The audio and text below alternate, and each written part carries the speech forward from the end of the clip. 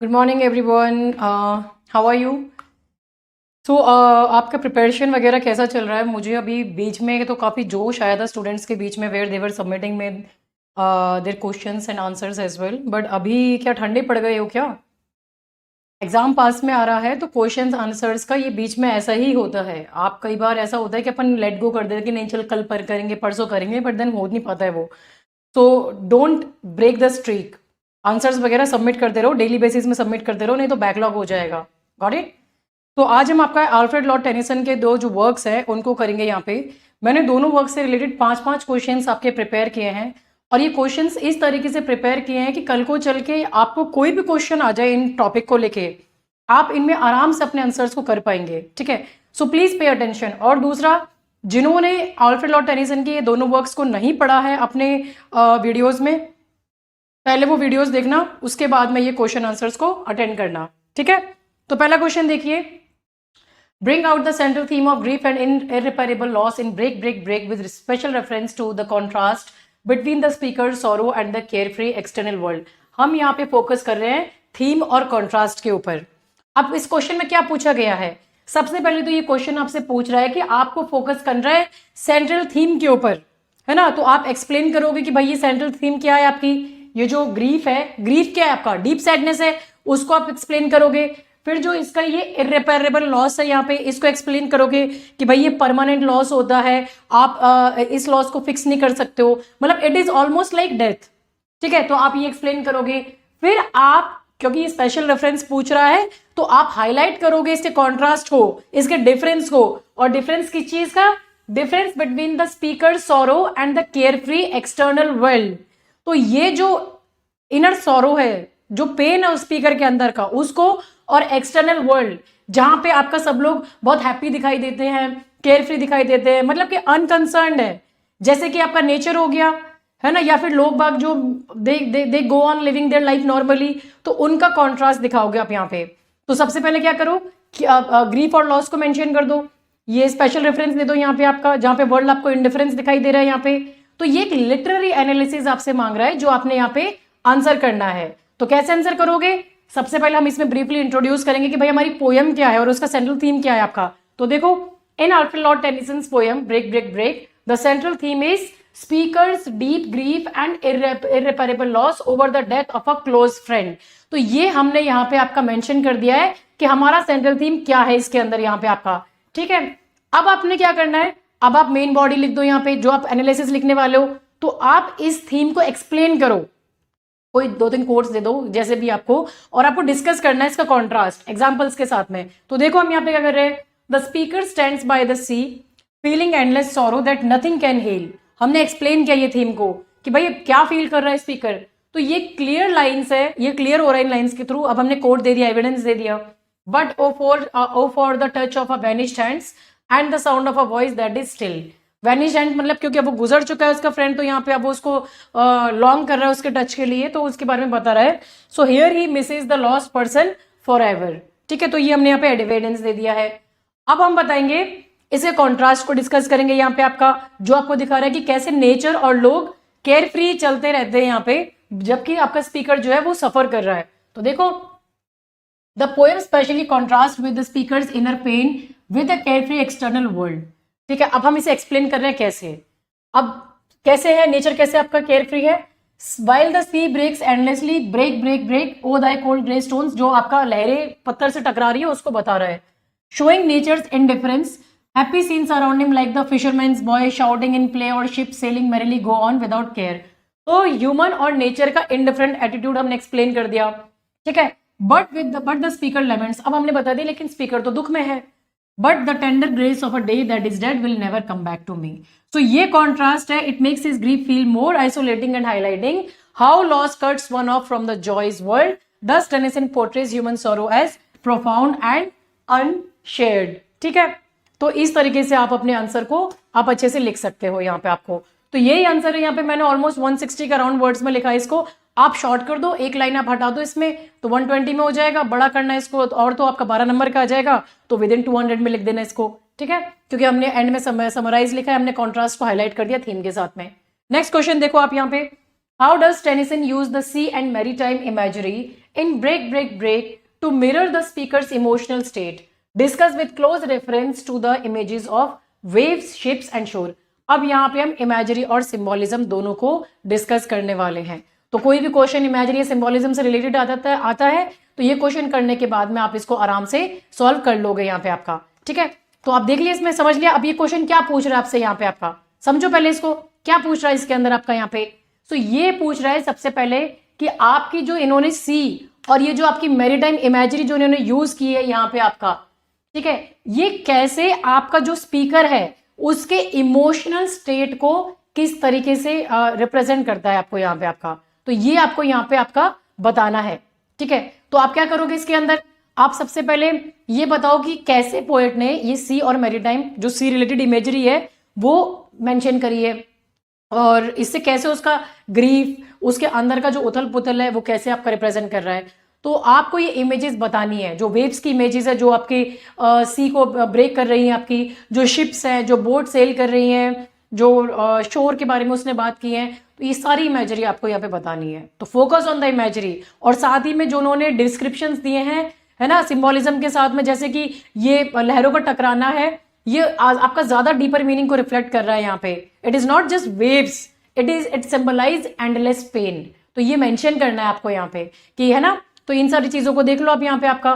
तो कैसे लिखोगे, अगेन वही सबसे पहले अपन ने इंट्रोडक्शन दे दी यहाँ पे आपका कि ये पोएम और पोएट का क्या चीज, आइडिया क्या है। So in Alfred Lord Tennyson break break break the poet masterfully uses sea maritime imagery to mirror the speaker's emotional state of deep grief and inner turmoil over a personal loss. तो ये जो images है, आप कौन सी images के बारे में हम बात कर रहे हैं, ये जो इमेजेस हैं आपकी, the images of waves, ships and shore, ये सिंबलाइज कर रही है his broken heart and sense of isolation, creating a vivid contrast between nature's rhythm and human sorrow. तो ये हमने कॉन्ट्रास्ट में बता दिया, और कैसे ये जो इमेजेस हैं ये उसके अंदर के इनर टर्मोइल को बता रही हैं, वो भी हमने यहाँ पे बता दिया है, समझ गए। अब नेक्स्ट में आ जाओ। अब यहाँ पे ये वेव्स क्या शो कर रही है आपका, अब हम जो डीपर उसका मीनिंग है तो वो उसको बता रहे हैं, इसको पार्ट्स में बता रहे हैं। एक पार्ट में हमने वेव्स को डिस्क्राइब करना है, दूसरे में अपन शिप्स को डिस्क्राइब कर देंगे, और तीसरे में अपन शोर को डिस्क्राइब कर देंगे एक एक कोड के साथ में। तो देखो, the waves are shown as endlessly breaking, as in break break break. ये लाइन का, ये कोड का रट्टा लगा लो, ये पूरे आंसर्स में काम आ जाएगा आपके, सही सारी के सारे में फिट बैठ जाता है ये, ठीक है। तो ये रिफ्लेक्ट कर रहा है speaker's repetitive pounding waves of sadness that crash without end just like unhealing pain. तो ये वेव्स क्या रिप्रेजेंट कर रही है, कौन से उसके पार्ट को, उसके अंदर के अनहीलिंग पार्ट को। फिर अब ये imagery highlights his frustration and inability to express his thoughts, ठीक है। वेव्स को कर दिया हमने, अब हम बात कर रहे हैं शिप्स को। अब शिप्स को कैसे डिस्क्राइब किया है, and the stately ships go on to their haven under the hill, symbolize life's calm progression and safe arrival, but they mock the speaker's stagnant emotions as he feels stuck in loss while the world moves forward happily. अब ये ships, वो जो as a mockery इसको use किया गया है, वो जो उसकी इनेबिलिटी है कि वो मूव ऑन नहीं कर पा रहा है जबकि ये बोर्ड शिप्स सेल कर रही हैं, सो इसको इस तरीके से रिप्रेजेंट किया है, ठीक है, ये मेंशन कर दो। अब हम थर्ड फोकस करेंगे आपके शोर के ऊपर। सो शोर, now shore with its cold stones represents the speaker's lonely position on the edge, separated from the sea's vitality, emphasizing his emotional barrenness. तो ये हमने यहाँ पे आपका इसको शोर को भी आपका रिप्रेजेंट कर दिया है कि शोर जहां पे आपका स्पीकर एक आइसोलेशन में खड़ा है, तो ये सारी चीजें बता दी है। फिर एंड में कंक्लूजन में आप ये समराइज करोगे कि कैसे ये इमेजेस आपके जो इमोशनल स्टेट है उसको और भी गहरा कर रही हैं। So thus through these symbols Tennyson effectively conveys the speaker's profound despair, making the poem a poignant study of grief. बहुत सिंपल लैंग्वेज में यूज किया है, वही घुमा फिरा के दो कोड्स उनको घुमा फिरा के यूज कर लिया है, और आपका आंसर सिंबोलिज्म और इमेजरी को लेके यहाँ पे बढ़िया हमने मेंशन कर दिया है, ठीक है। अब नेक्स्ट आ जाओ, analyse the structure, stanza pattern and refrain, break break break in the poem, how do rhythm, pauses and repetition contribute to its elegiac tone. अब हम यहाँ पे फॉर्म, स्ट्रक्चर और इसके म्यूजिक के बारे में बात कर रहे हैं। सो इससे रिलेटेड भी कोई क्वेश्चन आ जाए, कोई भी फॉर्म के ऊपर आ जाए, म्यूजिक के ऊपर आ जाए, स्ट्रक्चर के ऊपर आ जाए, घुमा फिरा के आ जाए, ये आंसर उसमें काम कर जाएगा। तो देखो, Alfred Lord Tennyson's break break break is a short elegiac poem with a simple yet effective structure that heightens its mournful tone. तो हमने इंट्रोडक्शन में इसके स्ट्रक्चर को डिफाइन कर दिया है कि ये स्ट्रक्चर कैसा है। ये स्ट्रक्चर इस तरीके से बनाया गया है कि जो इसकी मॉर्नफुल, जो ये दुख व्यतीत कर रहा है, शोक व्यतीत कर रहा है, उस टोन को ऑलरेडी हाईलाइट कर रहा है। अब ये कितने इसका है, अब हम स्ट्रक्चर को और एक्सप्लेन करेंगे। तो ये क्या है, ये आपके 4 स्टेंजाज में है, बता दिया हमने, और हर स्टेंजा आपके क्वार्ट्रेन ऑफ 4 लाइन, 4 लाइन का एक स्टेंजा है। तो ये हमने स्ट्रक्चर को डिफाइन कर दिया, इसका फॉर्म को डिफाइन कर दिया है। तो ये कौन सा रिदम फॉलो कर रहे हैं, मोस्टली ए बी राइम, ठीक है, not always, not all, mostly use किया हमने, ठीक है। लेकिन कुछ आपके रेगुलरिटीज है जो आपकी रिफ्लेक्ट करती है स्पीकर के इमोशनल अनरेस्ट को। तो पूरा डिपिक्ट कर दिया है, इसका रोल क्या था, स्ट्रक्चर क्या था। अब ये रिफ्रेन जो है, ब्रेक ब्रेक ब्रेक, अब इसको भी हम डिफाइन कर रहे हैं। It opens the first stanza and it echoes throughout acting like a chorus that emphasises the endless cycle of grief. तो हमने ये जो आपका ये आपका रिफ्रेन है, इसको भी डिस्क्राइब किया है कि इसका रोल क्या है, क्यों इसको यूज किया गया है। तो इसको यूज किया गया है ताकि ये एम्फसाइज कर सके जो एंडलेस साइकिल है आपके ग्रीफ का, उसके लिए, ठीक है। तो आपने यहाँ पे आंसर अपना इस तरीके से यहाँ पे मेंशन कर दिया है यहाँ पे आपका, गॉट इट। अब आप नेक्स्ट देखो, द रिदम। अब हम रिदम को डिफाइन कर रहे हैं इसके अंदर आपका यहाँ पे, ठीक है। अब रिदम कैसी है इसके अंदर, अब रिदम इन्होंने मेनली आपकी इयम्बिक टेट्रामीटर में इसमें लिखा हुआ है यहाँ पे आपका, ठीक है। अभी स्पेसिफिक फॉर्म्स बता रहे हैं। अब ये क्रिएट कर रहा है आपका वेव लाइक फ्लो। अब वही आपका ओ वेल फॉर द फिशरमैन। अब ये पूरा लाइन याद होता है तो ठीक है, नहीं होता तो कोई दिक्कत नहीं है, ठीक है। But varies to show inner turmoil. So pauses है, अपॉजेज और कॉमास क्यों आपके इंट्रोड्यूस हुए हैं, हम उनको भी यहाँ पे आपका एक्सप्लेन कर रहे हैं। Because the question asked us about the structure, stanza pattern, refrain, तो हम इन सारी चीजों को एक्सप्लेन कर रहे हैं। ये जो रिदम है, ये जो पॉजेज है, ये रिपीटेशन है, हम इनको इसकी एलिगैट टोन के साथ में लिंक करेंगे। तो it is marked by commas and caesuras in lines break break break. और वही सेम हम कोड को रिपीट कर रहे हैं। इस कोड में भी ये वाला कोड इस आंसर में भी यूज हो गया है। दाई कोल्ड ग्रेट स्टोन्स ओसी। तो ये मिमिक कर रहे हैं स्पीकर के खुद के हेजिटेंट, जो उसके सॉबिंग ब्रेथ है, अपन रोते हैं ना सिसक सिसक के ऐसे करके रोते हैं, तो उसको यहाँ पे ये मिमिक कर रहा है, ठीक है। So the sad lamenting feel, repetition of break not only imitates the sea crushing but also builds emotional intensity making the loss seem repetitive and inescapable, ठीक है। तो ये आपने बोल दिया। और अब हमने इसको समराइज कर दिया है कि ये जो फॉर्म और म्यूजिकल डिवाइसेस है, दे कंट्रीब्यूट टू एलिगेट tone by evoking a sense of helpless sorrow as if the words themselves are breaking under the weight of grief. तो ये हमने यहाँ पे आपका एंड में इसका कंक्लूजन लेके आपको यहाँ पे डाल दिया है, जहां पे हमने ये बताया कि कैसे ये स्ट्रक्चर आपका एक मॉर्नफुल टोन को क्रिएट कर रहा है आपका, ठीक है। तो ये सारी चीजें आपने यहाँ पे मेंशन कर दी है। अगर आप इसके अंदर कोई कोर्स नहीं डालोगे, कुछ भी नहीं डालोगे, तो नंबर कम मिलेंगे। ऐसा नहीं है कि 0 नंबर मिलेंगे, लेकिन नंबर कम मिलेंगे। हमेशा कुछ भी डालो तो 1-2 कोर्स तो डाल ही दिया करो इसके अंदर, है ना। और ऐसे रैंडम पार्ट्स को मिक्स मत करो, इसके प्रॉपर स्ट्रक्चर को मेंशन करो कि कौन सा स्ट्रक्चर किस तरीके से यूज किया गया है, ठीक है। नेक्स्ट आओ, discuss the language and style of break break break focusing on simplicity. Refrain is repetition, yes Nishant, refrain is repetition. Discuss the language and style of break break break focusing on simplicity of diction, emotional intensity and memorable lines like the touch of vanished hand। अब ये आपके Dickson और ये जो उन्होंने coat की है lines, इनको लेके यहाँ पे स्पेशली क्वेश्चन पूछा गया है, ठीक है। अब यहाँ पे आपको ये जो डिक्शन है, डिक्शन का मतलब क्या होता है, डिक्शन का मतलब है कि हमें लैंग्वेज उसकी एक्सप्लेन करनी है यहाँ पे आपका, है ना, कि कैसे वर्ड्स को यूज किया गया है, और जो स्टाइल है, जो ओवरऑल तरीका है इनका लिखने का पोयम को, उसको डिस्कस करना है। तो आप यहाँ पे, क्योंकि हमें डिक्शन और इसके ऊपर पूछा गया है, तो हम उसकी सिंप्लिसिटी पे फोकस करेंगे। जो इजी और एवरीडे वर्ड्स उन्होंने लिखे हैं, हम उसकी इमोशनल इंटेंसिटी पे लिखेंगे। जो आपके और भी ज्यादा गहरे और डीप फीलिंग्स को इन्होंने अपने इन वर्ड्स के थ्रू एक्सप्रेस किया है ना। और इनके जो फेमस कोट्स है उनको हम यहाँ पे कर लेंगे, जैसे कि आपका टच ऑफ वेनिश्ड हैंड है, इसके बारे में हम यहाँ पे बात कर लेंगे, है ना, कि कैसे ये सारी चीजें आपकी पोयम को एक अफेक्टिव तरीका से अपने ग्रीफ को शो कर रही हैं, ठीक है। तो आप ये एक्सप्लेन करो। देखो, Alfred Lord Tennyson's break break break. अब ये जो इंट्रोडक्शन पार्ट है ना, ये मैंने लिखा है, ये आप भी हर आंसर में लिखेंगे। अब ये नहीं कि आप शॉर्टकट ढूंढ लो कि नहीं मैं नहीं लिख रहा, नो, इंट्रोडक्शन हर आंसर में लिखना है। भले क्वेश्चन 2 बार अगर आ गया, आप सोचो कि नहीं मैंने पिछले आंसर में इंट्रो दे दिया, इसमें देने का जरूरत नहीं है, ऐसी गलती मत करना, ठीक है। तो ये आपके it uses a simple language and style that makes the speakers grief feel real and strong. ये सिंपल लैंग्वेज इसलिए यूज की गई है, क्यों?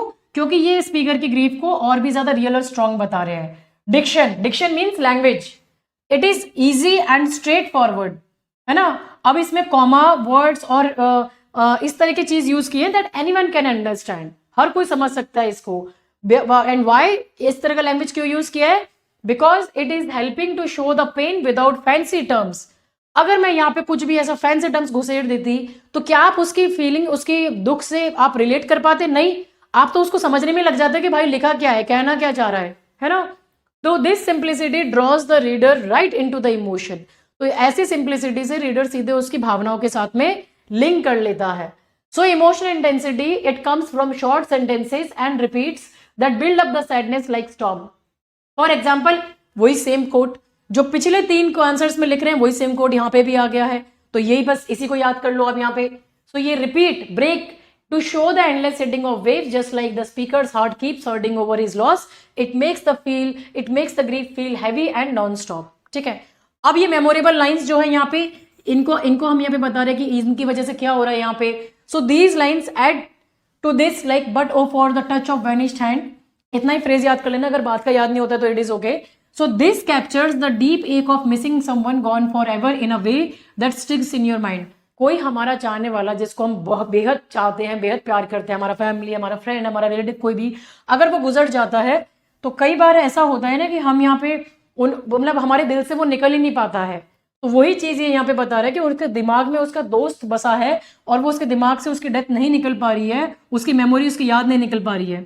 दूसरा कोट इन्होंने लिखा है, but the tender grace of the day that is dead will never come back to me, showing final loss simply but powerfully. So overall this style makes the poem touching, full of feeling, perfect for expressing sorrow. तो ये यहाँ पे हमने Dickson क्यों इतना simple use किया गया है उसको यहाँ पे बता दिया है, और कंक्लूजन में हमने आपको ये बोल दिया है कि ये आपका ओवरऑल इफेक्ट क्या छोड़ता है आपके रीडर के ऊपर। ठीक है, तो ये सारी चीजें आप इसमें बता सकते हो यहाँ पे। दूसरा आप ये भी लिख सकते हो कि this style makes the poem a strong expression of human sadness that anyone can feel. ठीक है, इस तरीके से आप यहाँ पे अपने आंसर को मेंशन कर देना यहाँ पे आपका। ठीक है, और हमेशा कुछ भी लिखो, प्लीज ऑलवेज मेंशन 1 और 2 कोट्स जो आपको याद है। अभी आता है evaluate break break break as a representative Victorian lyric of personal bereavement. In what ways does it anticipate themes and moods develop more fully in Memoriam. ठीक है, अब आप देखो यहाँ पे कॉन्टेक्स्ट और विक्टोरियन रेलिवेंस आपको यहाँ पे बताना है। अगर इससे रिलेटेड, कॉन्टेक्स्ट से रिलेटेड या विक्टोरियन रेलिवेंस से रिलेटेड कोई क्वेश्चन आ जाता है तो इसको यहाँ पे आप अपना लिख लेना आंसर। अब ये जो है आपका यहाँ पे आपको इवैल्यूएट, जब ये आपका टर्म आता है इवैल्यूएट, इसका मतलब है या तो आप जज करो इसको या आप एसेस करो, है ना। तो ये एक कैसे टिपिकल विक्टोरियन लिरिक है। विक्टोरियन लिरिक क्या होता है? एक शॉर्ट पर्सनल पोएम होती है यहाँ पे, जो आपने बेरीवमेंट मतलब बहुत डीप सॉरो, है ना, जो किसी के डेथ से आता है उस दुख के बारे में। बेरीवमेंट का मतलब है यहाँ पे किसी का शोक, जो दुख है उसके बारे में बात करना। तो ये पर्सनल बेरीवमेंट के ऊपर होती है ये विक्टोरियन लिरिक। तो ये डिस्कस कर रहा है कि कैसे ये आपके हिंट दे रहा है कि समथिंग एट और बिफोर, है ना। और आपकी जो थीम्स है, इसके आइडियाज हो गए, जैसे आपका ग्रीफ हो गया, आपका नेचर का रोल हो गया है, आपके मूड हो गए, जो आपका पोएट का मूड है, जैसे कि हिज फीलिंग सैडनेस, आइसोलेशन। तो ये आपके कैसे एक्सपैंड किए गए हैं और भी इनके दूसरे वर्क्स वगैरह में, जैसे इन मेमोरियम भी इनका एलिजी था आर्थर एलन के ऊपर, तो इसके ऊपर कैसे किया है। तो आपको फोकस करना है इसके कॉन्टेक्स्ट के ऊपर, है ना। तो आप हिस्टोरिकल और पर्सनल बैकग्राउंड में आप चले जाओगे यहाँ पे आपका। तो कैसे आंसर लिखोगे? Break break break by Alfred Lord Tennyson is a strong example of Victorian lyric poetry focusing on personal bereavement. ये टर्म याद कर लेना, बेरीवमेंट, क्योंकि यही टर्म आपको एक ही वर्ड पूरी आपकी उसको भावनाओं को एक्सप्रेस कर देता है। So after the death of his close friend Arthur Hallam in 1833, ये डेट याद रखनी है और इस फ्रेंड का नाम याद रखना है। ठीक है, so as a short emotional poem it represents the Victorian era in interest in inner feelings, doubts and nature's role in human sorrow, where poets like Tennyson express personal loss and industrial change and faith crisis.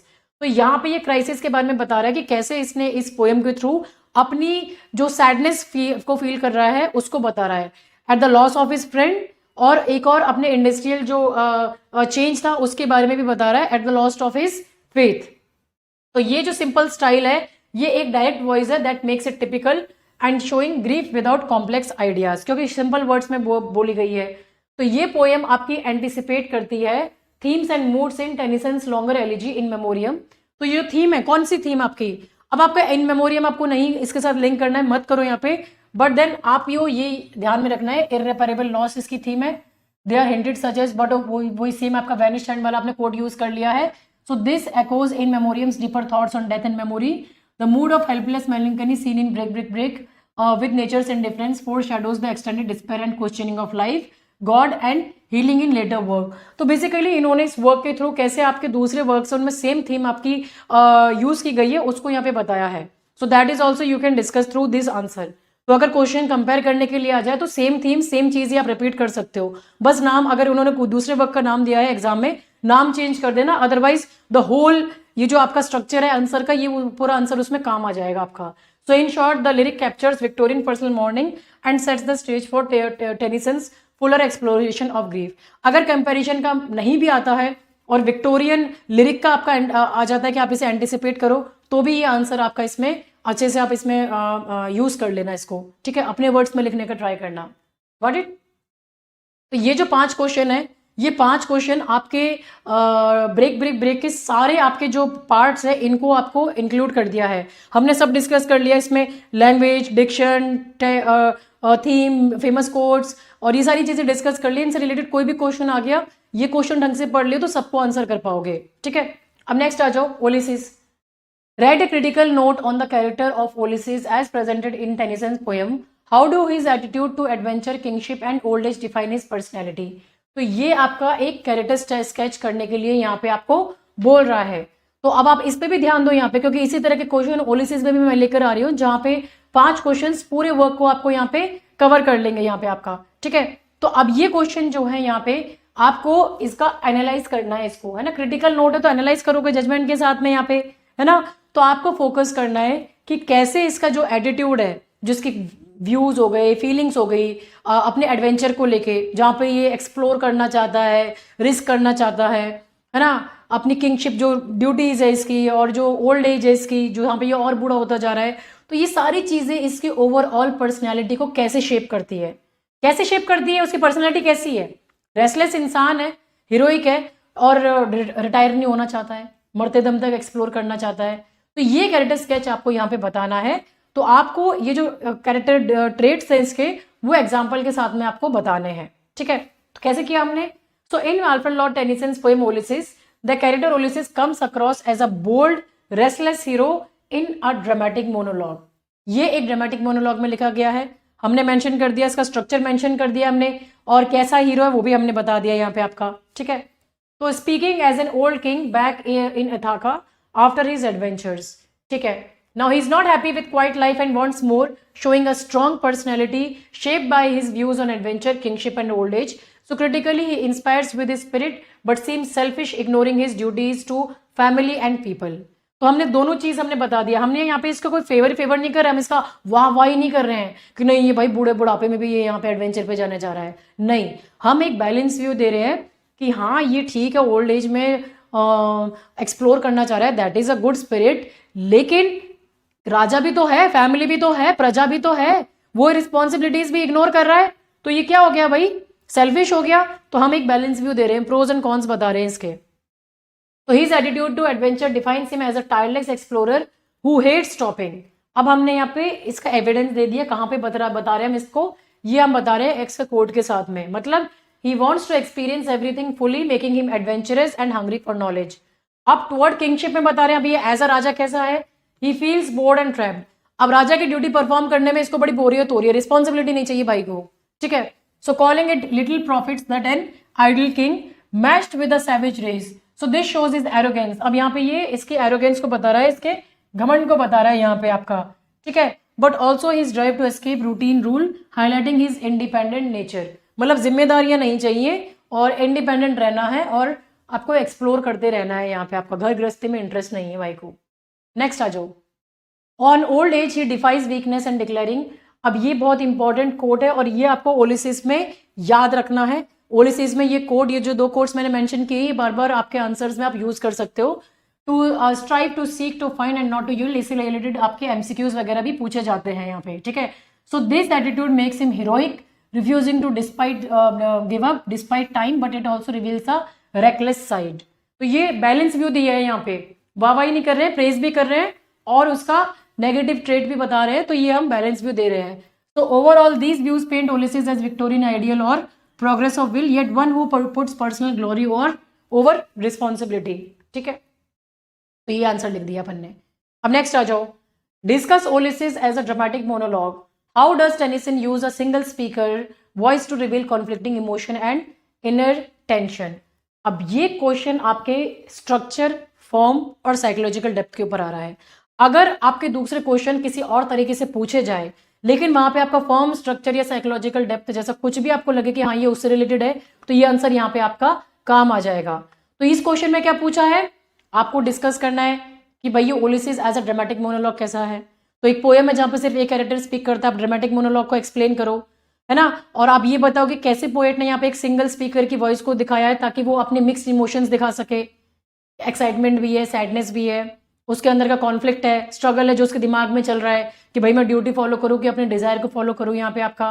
तो आप form को बताओ यहाँ पे कि आखिर ये monologue style काम कैसे करता है. फिर आप साइकोलॉजिकल डेप्थ के साथ बताओ कि उसके माइंड में क्या चल रहा है, वो टेंशन्स को दिखाओ यहाँ पे. तो कैसे दिखाएंगे हम. Alfred Lord Tennyson Ulysses is a classical dramatic monologue where, अब ये क्या है हम ये एक्सप्लेन कर रहे हैं, ध्यान दो. Where the speaker Ulysses an old king talks to himself and others revealing his inner world. ये ड्रामेटिक मोनोलॉग होता है जहां पे वो खुद से बात कर रहा है लेकिन सामने वालों को उसके अंदर का सब कुछ पता लग रहा है. So this form lets us hear only his voice like in Browning's poem, making it personal and direct. ठीक है, तो ये हमने एक्सप्लेन कर दिया. अब देखो, Tennyson uses Ulysses voice to show conflicting emotions like boredom with home life and craving for adventure. अब बताया उसमें कॉन्फ्लिक्ट क्या चल रहा है कि उसको होमली लाइफ नहीं चाहिए, एडवेंचर चाहिए. He feels tense between his king duties and wanderlust, saying, "It little profits that an idle king by this still hearth among these barren cages." तो ये उसके frustration को रिवील कर रहा है. His excitement for new quest clashes with age limit, as in I cannot rest from travel, I will drink life to the lees. तो ये उसकी reckless side भी दिखा रहा है, showing restless energy. Yet inner tension peaks in defiance against old age, to strive to seek to find and not to yield, mixing hope with possible recklessness. ठीक है, अब आप आओ. So through this single voice Tennyson adds psychological depth, making Ulysses as a symbol of human struggle between rest and action, typical of Victorian doubts. तो ये Victorian doubts का आपका एक टिपिकल एग्जाम्पल आप समझ लो इसको. यहाँ पे इस तरीके से आप इसको मेंशन करना है यहाँ पे. ठीक है, नेक्स्ट आओ. Examine the theme of the heroic ideal and the Victorian spirit of perseverance in Ulysses with close reference to the closing line of the poem. अब आपको यहाँ पे फोकस करना है इसकी क्लोजिंग लाइंस के ऊपर पोएम की. ठीक है, तो ये क्वेश्चन में आप मेन थीम बता दो उसकी कि इसको ट्रू हीरो क्या बनाता है. ये इतना ब्रेव है, एक्टिव है और ग्रेटनेस सीख कर रहा है, तो ये ट्रू हीरो की क्वालिटीज है वो बताओ, है ना. फिर आप इसकी विक्टोरियन स्पिरिट ऑफ परसिवरेंस को बताओ. क्या है ये विक्टोरियन स्पिरिट ऑफ परसिवरेंस, क्या चीज है ये. विक्टोरियन स्पिरिट ऑफ परसिवरेंस होती है जहां पे जो विक्टोरियंस थे विक्टोरियन एज में, ये जो आपका जो वो आइडियल था ना कि कभी हार नहीं मानना, है ना, और मेहनत पे मेहनत करना, हार्डवर्क हो गया और प्रोग्रेस करना होता है despite many difficulties. So that is called as Victorian perseverance, है ना, कि a value of never giving up. तो ये उसको ज्यादा तवज्जो देते थे. तो इस पोएम में आपको क्लोज रेफरेंस देना है, ये स्पेसिफिक लाइंस का एग्जाम्पल देना है आपको, है ना, और वो भी स्पेशली लास्ट लाइन्स का यहाँ पे. तो कैसे एक्सप्लेन करोगे आप लास्ट लाइन्स में. To strive to seek to find and not to yield वाला यहाँ पे मेंशन करोगे और इसका ओवरऑल मैसेज बताओगे. तो देखो, Tennyson's poem strongly brings out the theme of heroic ideal and the Victorian spirit of perseverance. ये याद रखो, कुछ ऐसे फ्रेजेस है जो आपको याद रखने हैं क्योंकि ये एक ही वर्ड अच्छा खासा आपका पूरा असेंस को रिप्रेजेंट करते हैं. So Ulysses, though old, refuses to sit idle and wants to live boldly. This matches Victorian values of effort, exploration and facing challenges bravely during Victorian doubt. समझ में आ गया. भी मैंने बताया आपको विक्टोरियन डाउट आपका कि भाई कि हम विक्टोरियन डाउट मीन्स कि ये जो उसके अंदर इसमें वो टेंशन चल रहा है ना कि whether he should stay at home और एक्सप्लोर मोर. तो ये विक्टोरियन डाउट होता था यहाँ पे आपका, because they wanted to achieve more and more. उनको रेस्ट नहीं करना था आपका, उनको ग्रेटनेस अचीव करनी थी, मोर एंड मोर एक्सप्लोरेशन करने थे यहाँ पे आपका. ठीक है, तो exploration and facing challenges bravely during time of big changes and doubts. So heroic ideal को कैसे दिखाया है? It is shown through Ulysses as a fighter जो न्यू एडवेंचर्स पे जाना चाहता है even in old age. So he says I can not rest from travel, I will bring life to the lees, meaning he wants to taste every bit of life. मतलब मरते दम तक उसको जिंदगी जीनी है, ठीक है, अपने एडवेंचर्स पे जाना है. तो this shows courage and energy. Now the Victorian spirit of perseverance comes strongest in the line made weak by time, made weak by time and fate, but strong in will to strive to seek to find and not to yield. So here not to yield, ये जो है आपका phrase, it becomes a powerful call to keep going no matter what. ठीक है, कुछ भी हो जाए, कितनी difficulties हो जाए, he just wants to go on. So like Victorians did in science, travel and daily struggles, ये आपका Victorian doubt था यहाँ पे आपका, ठीक है, जहाँ पे they just wanted to continue, है ना, उनको फर्क नहीं पड़ रहा था क्या प्राइस पे कर रहे हैं, क्या डिफिकल्टीज आ रही है, no. So these lines give the poem its inspiring message of hope and action. So the poem's message is clear. True heroism lies in perseverance, turning weakness into strength through willpower, making it a motivating piece for all times. ठीक है, next आ जाओ. Analyze the contrast between Ulysses, Telemachus and the mariners in the poem. What different concept of duty, governance and actions do they represent? Secondary figures और ideas को लेके ये question आपका बना गया है. अगर इससे रिलेटेड कोई भी क्वेश्चन आ जाता है आपके, तो आप ये वाला आंसर उसके अंदर आप मिक्स कर सकते हो यहाँ पे. तो अब आपको, क्योंकि ये जो वर्ड बोला है एनालाइज, तो क्या करोगे आप, पढ़ो उसको, कंपेयर करो इसको, और आपको कॉन्ट्रास्ट बताना है. ये कॉन्ट्रास्ट किसके बीच में, जो मेन कैरेक्टर है ओलिसिस और उसके जो बेटा है यहाँ पे टेलीमैकस वॉज हिज सन, नो, और जो मराइनर्स है उनके बीच में. ठीक है, तो ये पोएम में क्या इनके बीच में आपको बताया गया है वो आपको बताना है. आपको एक्सप्लेन करना है कि ये जो डिफरेंट आइडियाज थे ये क्या थे, क्या डिफरेंट आइडियाज थे इनके, कॉन्सेप्ट थे इनके, ड्यूटी को लेके, रिस्पॉन्सिबिलिटी को लेके, है ना, कि गवर्नेंस कैसे की जाए, रूल कैसे करोगे, मैनेज कैसे करोगे, और चीजें कैसे करोगे एक्शन को लेके यहाँ पे, है ना, और and what each one stands for. इन तीनों में से इन सब का क्या मानना है वो आप बताना है यहाँ पे आपको. ठीक है, तो कैसे करोगे आप.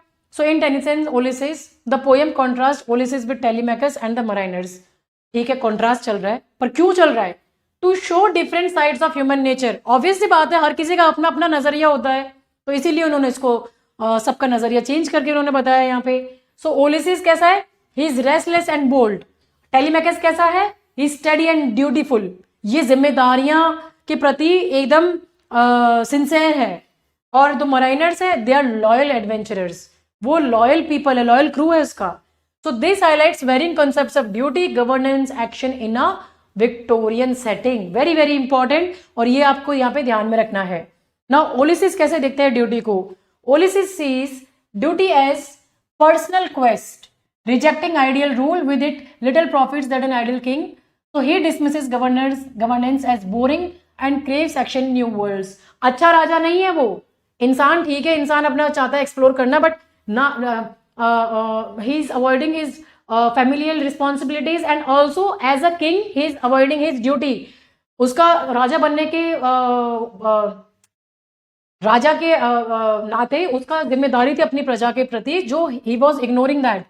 Telemachus in contrast कैसा है, Telemachus represents careful duty and governance. So as Ulysses says, he works his work I mind, showing him as prudent ruler who subdues our rugged people through slow care, focusing on stable action at home. और मराइनर्स कैसे दिखा रहे हैं यहाँ पे. अब देखो एक चीज ध्यान दो, जब हमारे पास में आपके वर्ड लिमिट होती है तो हमें यहाँ पे कथा नहीं सुनानी है, समरी नहीं सुनानी है. हमने बस यहाँ पे लेके छोड़ दिया इसको, हमने एक्सप्लेन नहीं किया इसने और क्या किया क्या नहीं किया, ये किया वो सब नहीं करना, यहाँ छोड़ दो इसको, लीव इट देयर. अब मराइनर्स को दिखा दो. Mariners embody share duty of loyalty and bold action, souls that have toiled and wrought and thought with me, so they ready to flow, Ulysses in adventure unlike Telemachus calm style. तो ये जो उसके जो साथी हैं वो उसके बुढ़ापे में भी उसके साथ में कभी भी जाने के लिए रेडी है. ठीक है, so these differences represents ideas like heroic risk versus responsible rule, making the poem a study of conflicting duties in life के साथ में आप इसमें यहाँ पे इसको मेंशन कर सकते हो. नेक्स्ट आओ, comment on Tennyson's use of blank words, imagery and allusion. अब यहाँ पे होमर, दांते और क्लासिकल बैकग्राउंड के साथ में आपको लेना है, इन्होंने ये इसी के ऊपर बेस्ड होना है ना ओलिसिस, तो इसको देखना है. How do these technical features support the poems tone of restless driving. So this question is all about technique, और ये इंटरटेक्स्ट इन्होंने जो बताए हैं. क्वेश्चन अगर आ जाता है इस तरह का जहां पे ये आपके टेक्निक को लेके बात कर रहे हैं, तो आप यहाँ पे इसको आराम से लिख सकते हैं। तो आप अपने व्यूज बता दो कि कैसे डेनिसन ने ब्लैंक वर्ड्स को यूज लिखा है, ब्लैंक वर्ड्स एक्सप्लेन कर दो एक लाइन में क्या चीज है, अनराइम्ड लाइन से यमिक पेंटामीटर में, इमेजरी बता दो, है ना, कौन सी इमेजरी यूज की है, अल्यूशंस बता दो जहां पे ये दूसरे वर्क्स का रेफरेंस दिया हुआ है, होमर का ओडिसी, दांते, ये जो उन्होंने लिखा है इन्हीं को बता दो यहाँ पे आपके। ये एक्सप्लेन करोगे कि कैसे इनकी जो टेक्निक्स है इन्होंने इसका टोन को क्रिएट किया है, जो मूड है यहाँ पे रेस्टलेस ड्राइविंग का है ना, जहां पे वो नॉन स्टॉप अर्ज है उसको कि भाई मेरे को जलते ही जाना है, मेरे को एक्सप्लोर करना है, ठीक है। तो ये आप एक्सप्लेन करोगे, कैसे करोगे? After Lord Tennyson Ulysses uses blank words, imaginary and allusions to build a tone of restless driving. Up blank words gives a natural flowing rhythm like spoken thoughts, while imagery paints bold pictures of adventure. और allusions जो Homer दांते से लिए गए हैं, they add depth showing Ulysses as a driven hero. अब blank words को हम एक्सप्लेन कर रहे हैं यहाँ पे। So blank words is an unrhymed iambic pentameter, तो ये सपोर्ट कर रहा है, supports driving by mimicking Ulysses. अब ये उसका जो अर्जेंट माइंड है एज इन फ्लोइंग लाइंस, तो ये यहाँ पे इसको बता रहा है। Imagery of seas and unknown lands evokes endless quest, ये आपका यहाँ पे कोर्ट ने एविडेंस के तौर पे बता दिया। So this makes restless vivid. अब अल्यूजन्स जो लिए गए हैं, Homer's wandering Ulysses, Dante's doomed driver in Inferno और क्लासिकल मिथ से, they enrich the tone of defiance against limits. So these features blend to show Victorian push for progress. Thus Tennyson tool create a powerful tone of heroic unrest, inspiring readers to strive on. अब आप देखो, मैंने क्या यहाँ पे आपके दांते या फिर होमर के इनकी मैंने कोई समरी लिखी यहाँ पे? बिल्कुल नहीं लिखी मैंने थोड़ा थोड़ा उनके कैरेक्टर के बारे में बता दिया कि हाँ भाई सेम कैरेक्टर यहाँ पे ओलिसिस का इनसे डिराइव्ड है यहाँ पे। तो उसी के साथ में ये आंसर यहाँ पे हमने समराइज कर दिया है, लिंक कर दिया अपनी मेन थीम के साथ में। इसी तरीके से आप इसके साथ में लिंक करोगे। 8 नंबर का क्वेश्चन आया तो शॉर्ट में लिख दो, 20 नंबर सॉरी 12 नंबर का आया तो थोड़ा सा और इसको बड़ा कर सकते हो आप। यहाँ पे आपका कंक्लूजन में थोड़ा और डाल दो इसके होमवर्क को। अब इनको एक एक लाइन में एक्स्ट्रा बता दो इनके हीरो किस तरीके थे, उनको थोड़ा सा और एक एक लाइन में एक्सपैंड कर दो, तो आंसर और आपका 200 वर्ड्स में एक्सपैंड हो जाएगा आपका, ठीक है। पर आंसर इतना ही विद इन आपका वर्ड लिमिट में आपको मेंशन करना है, ठीक है। तो ये थे आपके आज के 10 क्वेश्चंस, और ये जो आपके 10 क्वेश्चंस है ये दोनों टॉपिक को कंप्लीटली कवर कर रहे हैं। कोई भी क्वेश्चन आ जाता है इनसे related, you will be able to answer those questions अगर ये आंसर ढंग से कर लिए हैं तो, ठीक है। निशांत टेस्ट अटेंड किया था कल का, संडे का?